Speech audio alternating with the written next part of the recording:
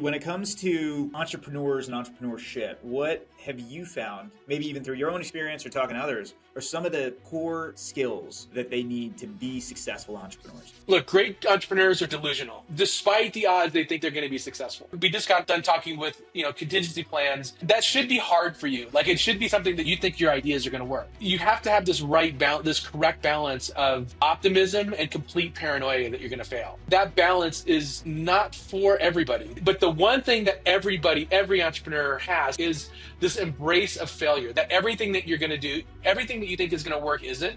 And you just have to kind of embrace that and look for failures and look how to modify behavior to reduce the number of failures.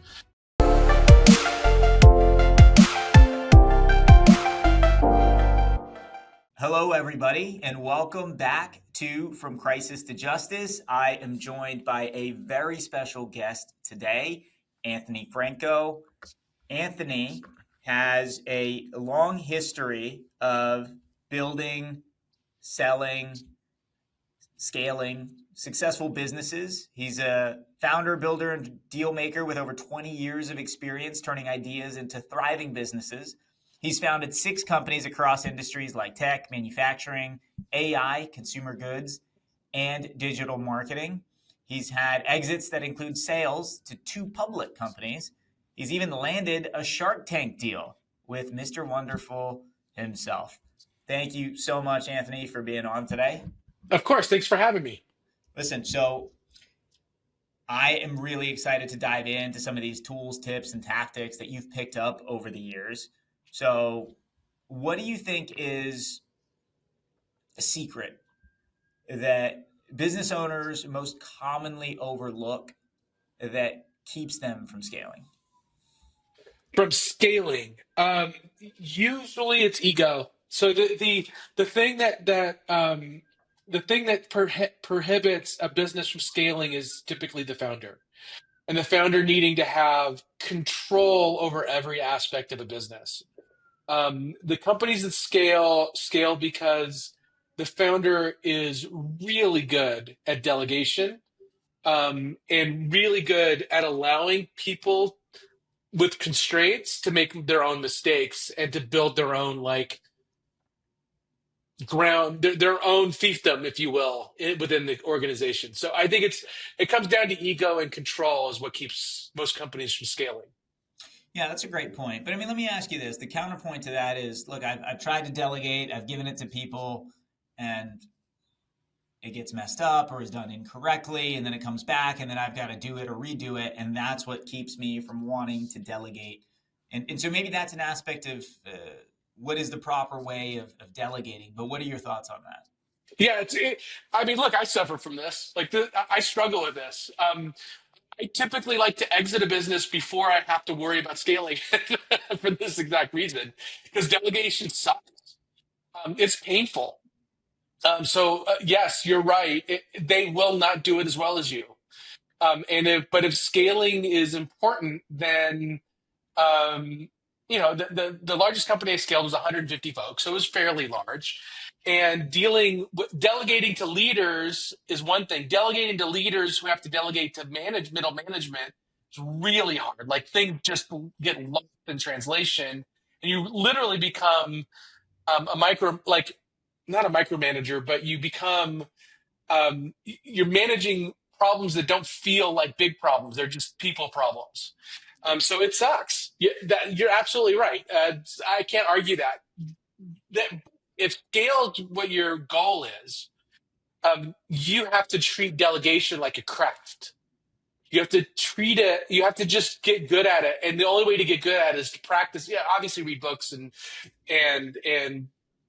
read things like Good to Great or and how to run meetings and how to delegate. But you just have to kind of do it and expect that you're going to fail at it for the first year, until you navigate how you can lead through delegation.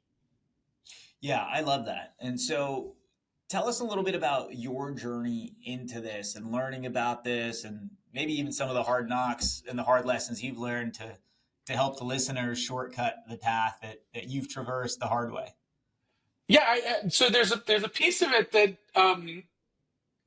you can tell somebody how cold the water is, but until they jump in, they don't, they can believe you and nod and go, yeah, yeah, it's cold. But when they jump in, it's like, oh, he didn't tell me it was this cold. And that's really kind of what entrepreneurship is. Like, you can give people mental models to think about things. That's kind of what I run a podcast. That's kind of what that podcast is about. It's like when you have an employee steal from you, here's how you handle it. But until you run up against it, and actually do it, there's no better educator than experience and failure. So there's a piece of it that you just have to be good with the fact that you're going to run into things that you've never run into before, and you're going to have to navigate those, and you're probably going to suck at it the first couple of times. That's okay. That's part of the process. Yeah. And what tip do you have for somebody who might be struggling through something right now for the first time and they're not sure how to deal with it? They feel like they're drowning. The cold water, it hits. And as soon as it hits, you lose your breath and, you're just terrified. What do you think about how do you tread that water? Well, that's first of all, you're not alone. I think the underscore here is you're not alone. There's other founders that are going through similar things, and it's a very common feeling of being underwater as an entrepreneur. So the hack is go surround yourself with other entrepreneurs. Go to meetups. Go find a Vistage group or a peer group to join, to have these regular conversations with other founders. Entrepreneurship is incredibly lonely, and the only people that are going to get you are other entrepreneurs. So go find a group, and it doesn't have to be formal like Visage. It could just be go find a meetup and then start striking friendships up with other entrepreneurs. But that's the hack. The hack is to not do it alone. You can't do it with your spouse. Can't do it with employees. You can only have these conversations with other entrepreneurs. Can't do it with investors. It's only with the entrepreneurs. Yeah, don't do it with investors, I guess. No. So, no, of course. The worst advice you get is from investors, period. Yeah, I mean, there's a reason that they're investing with you instead of just running it on their own, right? Yeah, I mean, you're a lawyer, right? So imagine I came to you and I'm charged with murder and I'm innocent. And I hire you as my lawyer, and you sit down and you say, all right, so what's your defense fee? And I'm like, what do you mean? You're the lawyer. You should tell me what, right? If you're asking me for advice as a lawyer, right? It's like, no, you tell me. It makes people very nervous. Yeah, there's exactly right. An aspect of when somebody asks a question, you can answer them honestly about, hey, look, this is how the business is doing. But the reality is they fully expect you to have the strategy figured out. Exactly right. And it makes them nervous if they feel like you don't have a strategy or the right strategy. But I do think, to your point, I completely agree with it. But I think there's something also very important that people should be aware of, which is, like, you can surround yourself with people. They can give you advice. They can give you tips. But at the end of the day, the work must be done. And many times it's you in the work, and it's you in that fear. It's you with whatever challenges you've got that you've got to face, and you've got to go through them. Of course, you've got a team many times, or sometimes you're alone. But the reality is, at the end of the day, whether it's you or a team, if you're leading the team, you're still making the decisions, and you have to be willing to face those fears and overcome them to be able to get to the other side. There really is no other way. Yeah, and also the flip side of failure, we talked about the ego being I think the number one reason is being too involved in the business and having to manage every detail.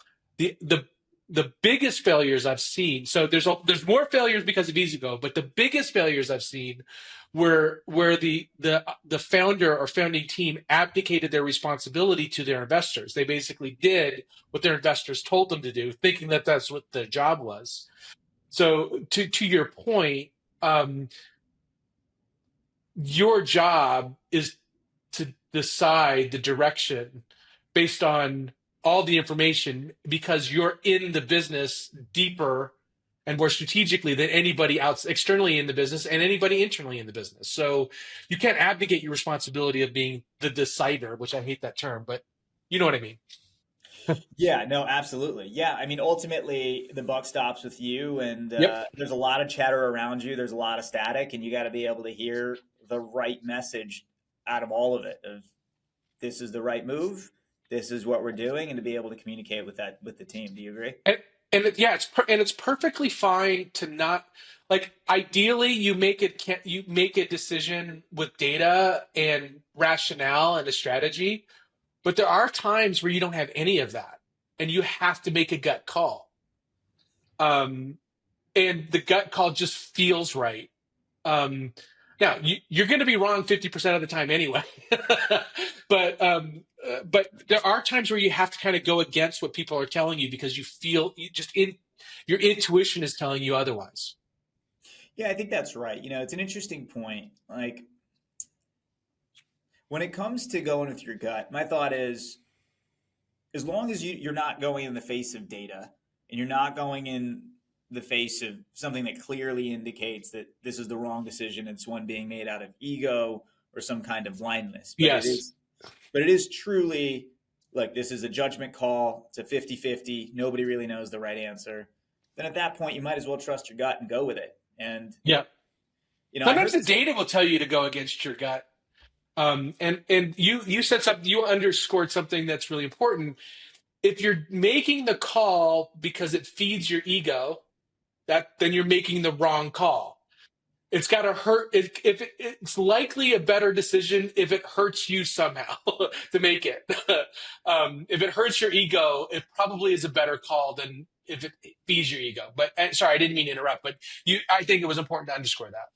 No, I appreciate that. Yeah, and I agree with that. I mean, there's an aspect of, I heard this quote. It's by a guy named Ratan Tata. He's an Indian entrepreneur and built one of the largest vehicle companies in India, and then eventually branched out into other areas of business. And he said, the main part of my job, and of course I'm paraphrasing here, but he said, the main part of my job isn't to make the right decision. It's to make the decisions that I made right. And so there's a big aspect to that. Now let me ask you this: when you've I love got that quote, data, by the way.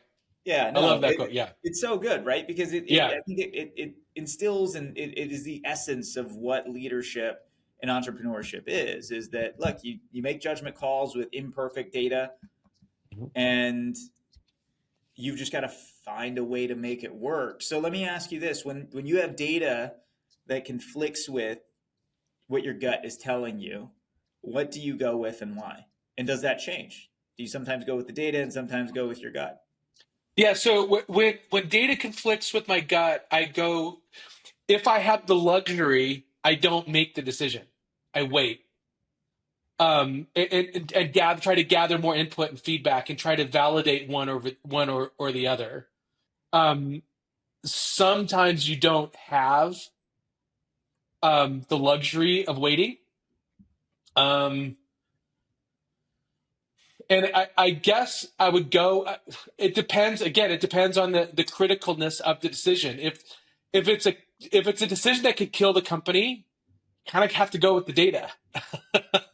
And if it's a decision that maybe can help you branch into if it's a growth decision, you're making a decision to grow into a certain area, and the data's telling you this way and your gut's telling you this way, then I would probably go with my gut. Yeah, that's a good way to describe it. And it's interesting and kind of funny that you mentioned that. Well, if it's something that could kill the company, I'm going to go with the data because it overlaps into what I do, which is being a lawyer, helping business owners in business disputes. And I'll tell you, there's something known as the business judgment rule, meaning as the owner of the business, you don't have to get it right 100% of the time or Right. even necessarily more than 50% of the time. You just have to have a good rational basis for having made the decision. And if you're making decisions that say, let's say, kill a company, and the justification for it is, well, I had this data on the one hand, and I had this gut feeling on the other hand, and I went with my gut, and it just happened to be wrong. That's going to be very hard to justify from a business judgment rule perspective. Versus, look, the data said this, my gut said this, but I still went with the data because that's what the data said and showed. Much easier to be able to justify it, especially. Justify it to who though? Justify it. to yourself Yeah, well, I still mean, doesn't in feel this right. context, right? So I think it'll be harder to justify to yourself if it goes wrong. Yeah, yeah, exactly right. It's one of those where it's, hey, look, I knew I should have trusted myself. But I'm just saying, from whether it's justifying it to an investor or to a Yeah. court, at the end of the day, that's what it comes down to, and that's one of the hardest things about, at least I think, of being an entrepreneur is you're expected to know the answers despite not having perfect data, despite not having everything you necessarily need to know. I mean, there's this whole aspect of, especially now with data and the speed at which it moves, if you wait until you've got 100% of the data, a lot of times you're making a decision too late, right? Yeah, I don't know if you're expected to. So if somebody tells you you're expected to know the answers, you're talking to the wrong person. I don't think you need to have all the answers. You need to have a framework to go discover the answers. Mm, So you know, really simple example. When a business is trying to figure out how to go to market, right? You have a product idea. You think you have some early customer validation. Now you have to decide how you go to market. There is no playbook on how to go to market. They're just not. And if you say you have everything figured out, I'm going to call BS on you. Like, no, you don't. You don't have the first indication of what search terms are going to work or what customer messaging is going to work. But you at least have to go into it with a framework. Like, here's how I'm going to find that stuff out and get the next day or the next week right, or figure out, or have a measurement mechanism to figure out what you got wrong so you can tweak it for the next week and the next week. So you'd have to have this mindset that you're going to fail, and you just have to chop those failures up into smaller failures and then have incremental wins over the way. So as long as you're honest about that with investors, employees, yourself, other leaders, you're fine. You're like, we're going to go this way, and we're really going to go down this path for this long because I'm not sure about this path. And here's what I hope to at least learn from going down that direction. yeah, it's a great point, and it then raises this question, which is, at what point do you decide to pivot, or do you decide that something isn't working or it's a failure, and how far do you take that experiment before you make a bigger decision? Such a uh, this is the existential question for founders. When do you persevere versus pivot? Um, I don't think anybody really has the answer to that. Um, I really, it's really it's like asking me what the meaning of life is. It's like nobody has that answer. um, so I wish there was a better way to frame it too, because you're right. For some founders, when do you pivot is when you are making that decision to mortgage your house to keep things going. It's probably a good time to pivot. Um, when when it's why you carve up bigger problems in smaller chunks. So you can do these micro pivots instead of these major pivots.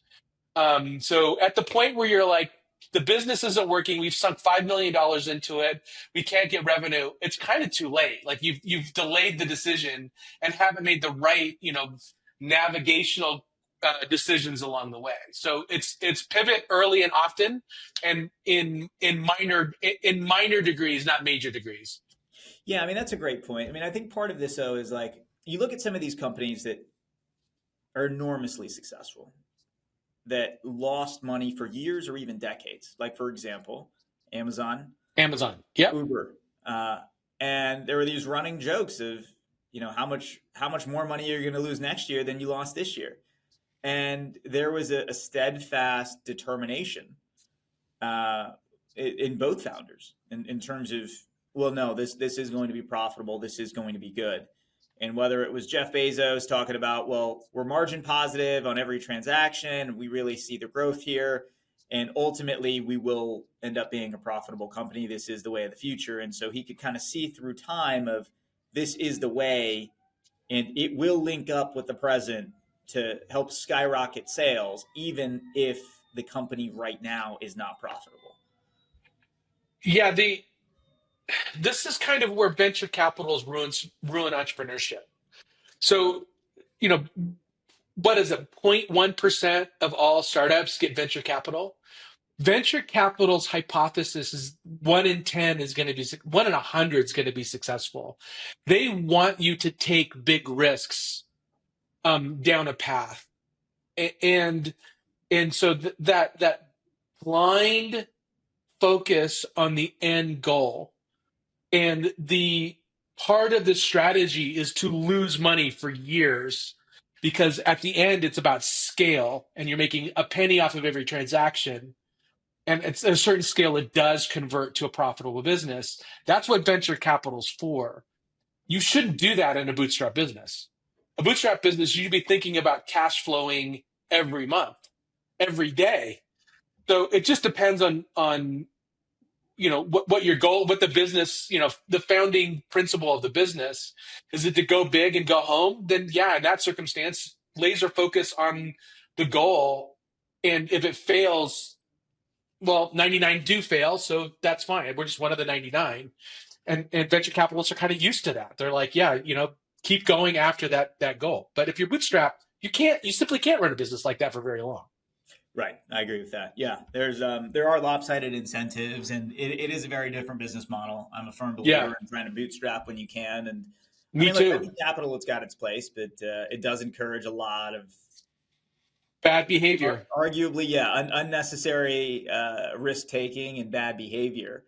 So, And on that, like, at some point you're going to be forced into bad behavior as a company, because in order to get those 3 comma valuations, you have to start doing things that you could argue are not good for capitalism, where you're going to have to, you want regulatory capture and rent seeking and eliminating competition. Like, those things are not good for capitalism.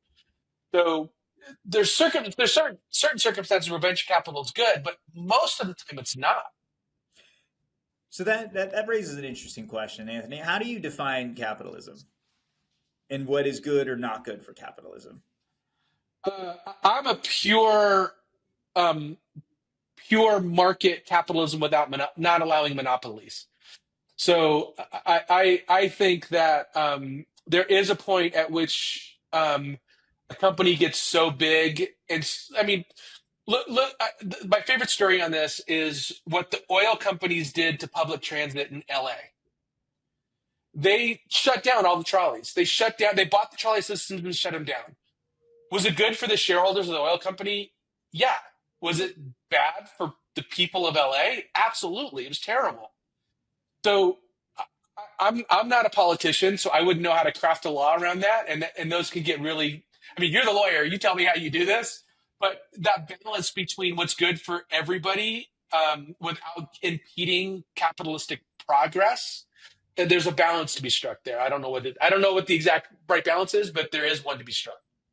Yeah, and yeah, it's an interesting point because you and I share a similar view on capitalism, I think. I'm personally against a lot of government overreaching into Me too. capitalism, but I think that at certain points it is important and necessary because the world is not perfect, and you don't have perfect actors, and a lot of times there's a very dark side to capitalism, and you have people being poisoned, people being hurt, all in the name of profits, which is absolutely wrong. And you would expect the people running these companies or making these decisions would have more ethics and moral fortitude to make the right decision, but many times they don't. So the way I look at it is, look, at the end of the day, are you creating value for the people you service by the actions you're doing? So, for example, I mean, taking the trolleys in Los Angeles, that whether it's oil and or the tire companies that came in and that took them out so that people would drive more. I mean, who's that really creating value for? Ultimately, it's maybe the shareholders of those, but is it better for the greater good of humanity by removing public transit that lets people get around, that helps reduce pollution? I think the answer to that would be no. Yeah, I think it comes down to what's the government's responsibility in that. Instead of regulating the oil companies, tax incentivize public transport. Yeah, So just absolutely. flip it around, right? Just make it more economically profitable to start public transport. Make it more economically viable to buy whole food rather than processed food, Yeah, right? $100 agree. Instead of subsidizing processed food, let's subsidize fruits and vegetables, Yeah, yeah, like locally 100%. grown, right? So it's just, I think it's just about where the incentive. Let's make sure that the incentives align with public good. That's where I'm at capitalism. Yeah, and it's interesting because the tax code, in many ways, I know that there's arguments against this, but it's supposed to be structured in that manner. Is It's exactly supposed to that. be, But yeah. it gets convoluted by lobbyists who make a lot of money to try to convolute it. Look, speaking of capitalism and venture capital, let's talk a little bit about your time on Shark Tank and the deal with Mr. Wonderful. How did that come to be? Yeah, so I don't know. Deep down, I think secretly everybody wishes they could be in Shark Tank, either to turn down a deal or to get a deal, right? Like, just, I want to be the guy that gets on air and tells Mr. Wonderful to go f himself, right?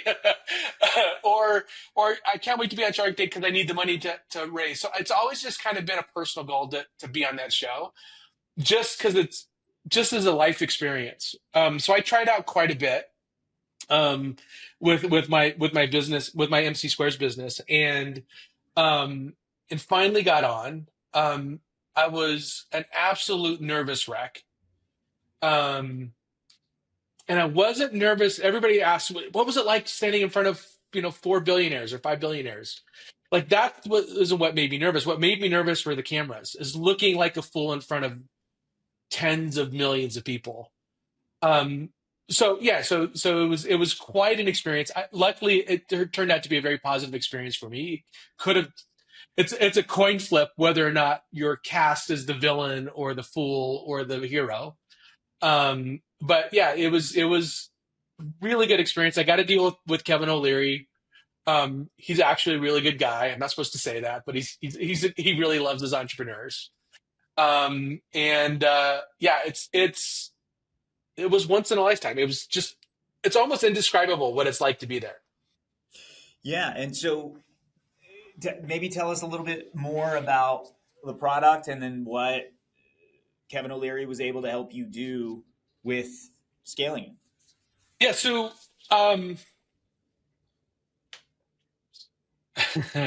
Um, so the product, we went on, we invented reusable sticky notes.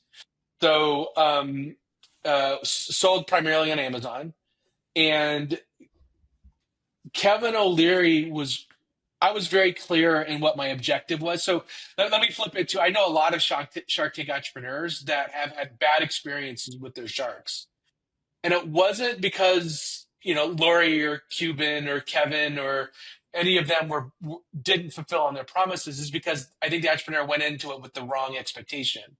They're not coming in to change your business or operationalize your business or tell you how to run your business. Again, that job is yours and yours alone.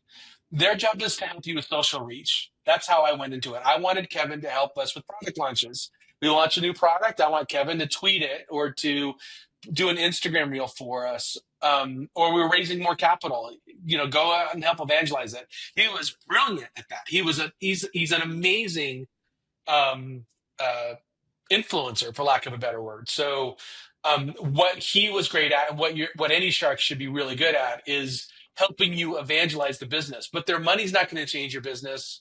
Their operational prowess is not going to really help your business. Maybe some introductions into retailers might help you, but fundamentally, it's just about the social trust value you get for getting a deal on Shark Tank, as well as the social reach of your shark. Those are the two big takeaways from it.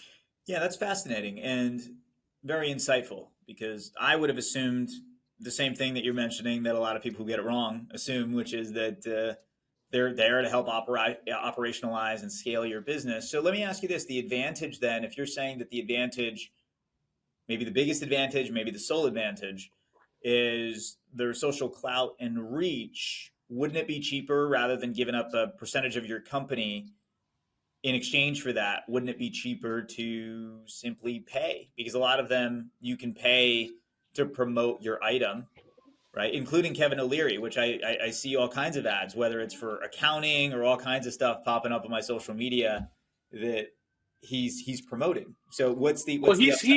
he has ownership in those businesses. So yeah, Kevin O'Leary's not an. I mean, I'm going to imagine to get Kevin. I don't know this for sure, but I'm going to imagine to get Kevin O'Leary to pitch your business, it's $500,000 plus equity. Most Shark Tank companies that go on don't have that kind of capital to hire that kind of influencer, and it is questionable whether like paid influencer marketing has very questionable returns. I have not met many folks that are happy with the paid influencer marketing that they've done. The difference with Sharks is that you have credibility because this person has looked into your business and put money into it. Therefore, they've vetted you as an entrepreneur, so it's not just their word; it's the implied trust that this you have somebody that's looked under the covers and said, yeah, this is a good person to back.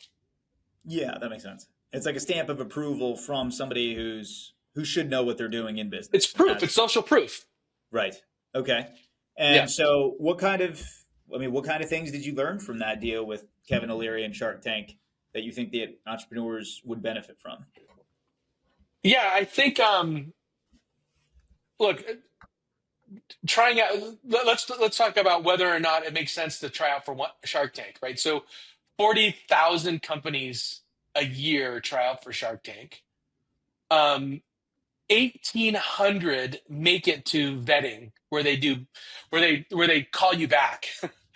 Half of those, so about 900, make it to like true background checks and get to the second and third round of auditions. They fly 180 people out to film.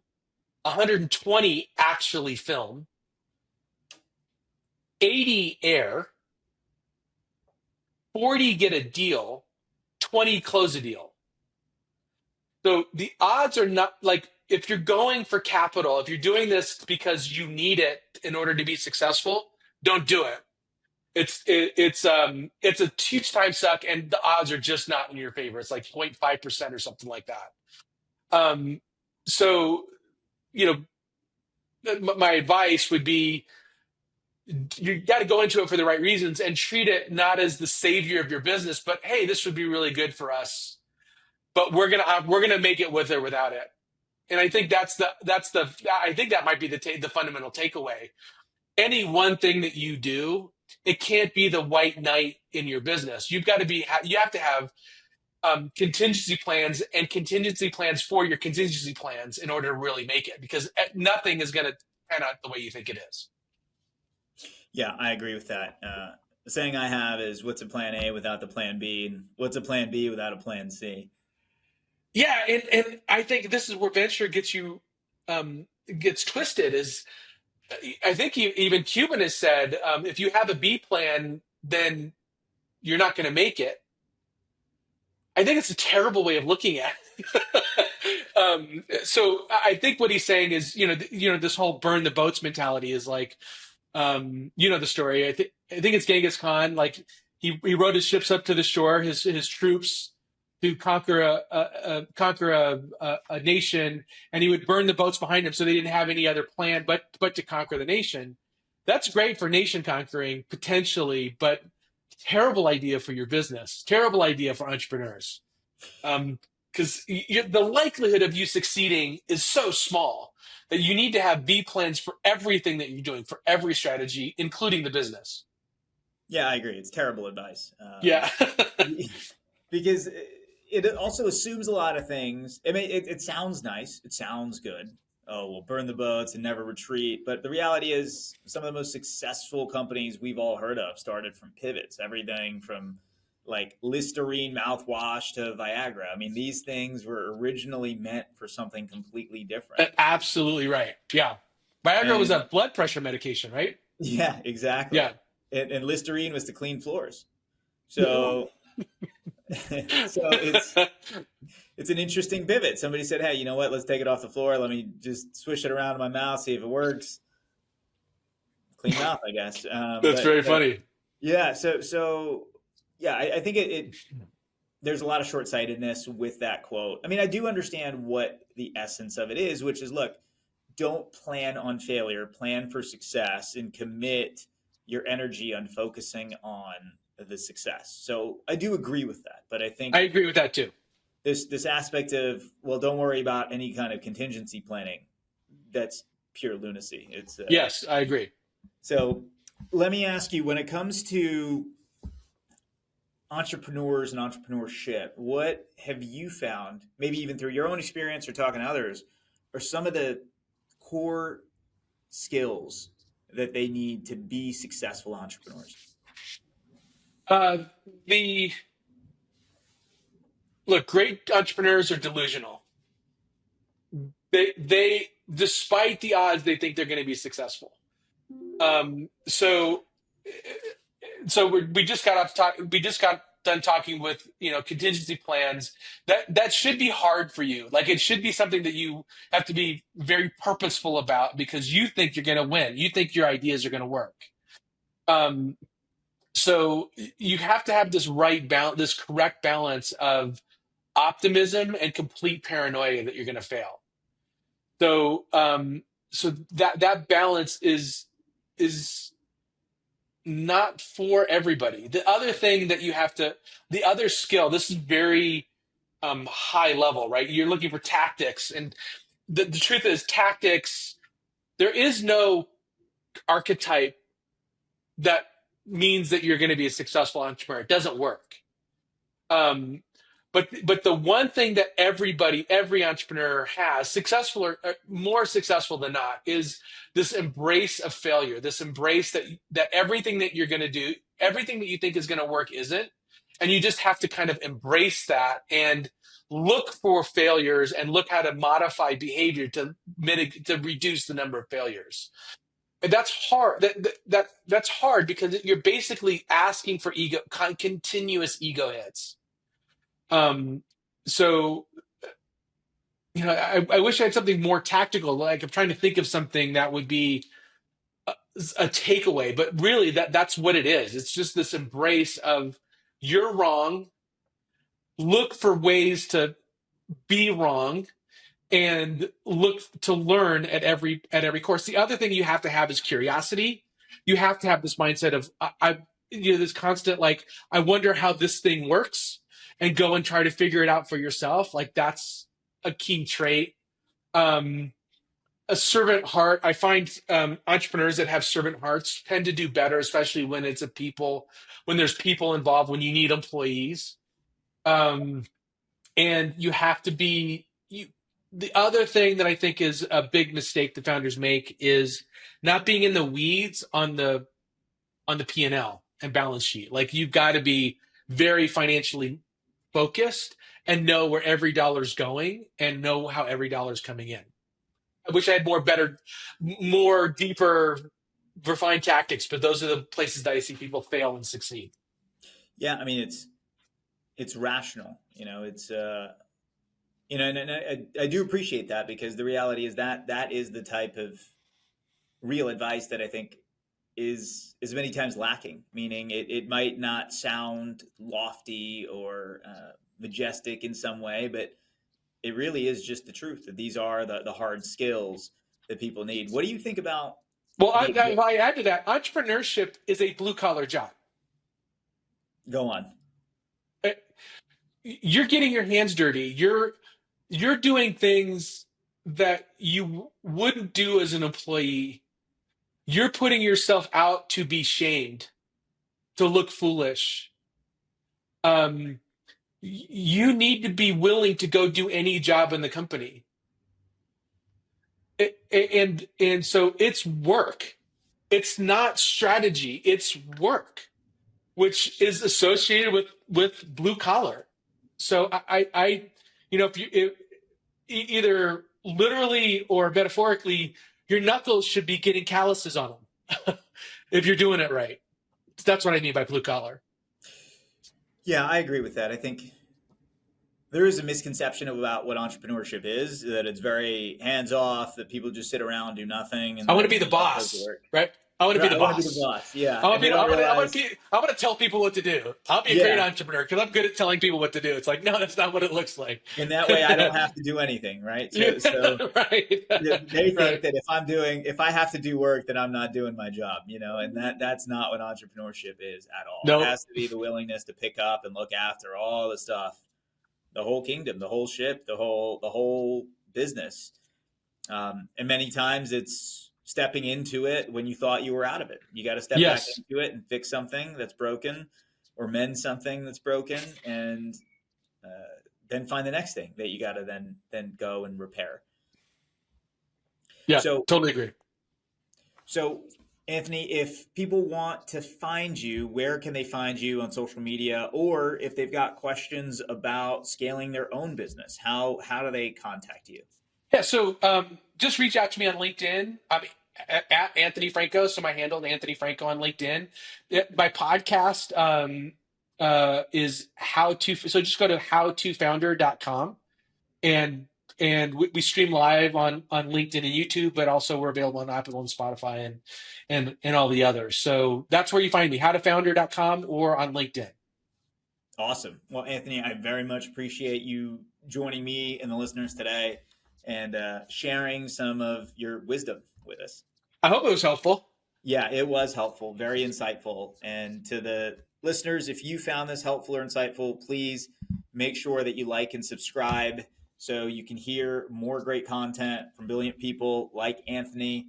And thank you for joining me today and joining us today. And I look forward to seeing you all in the next one. Thanks. Thank you.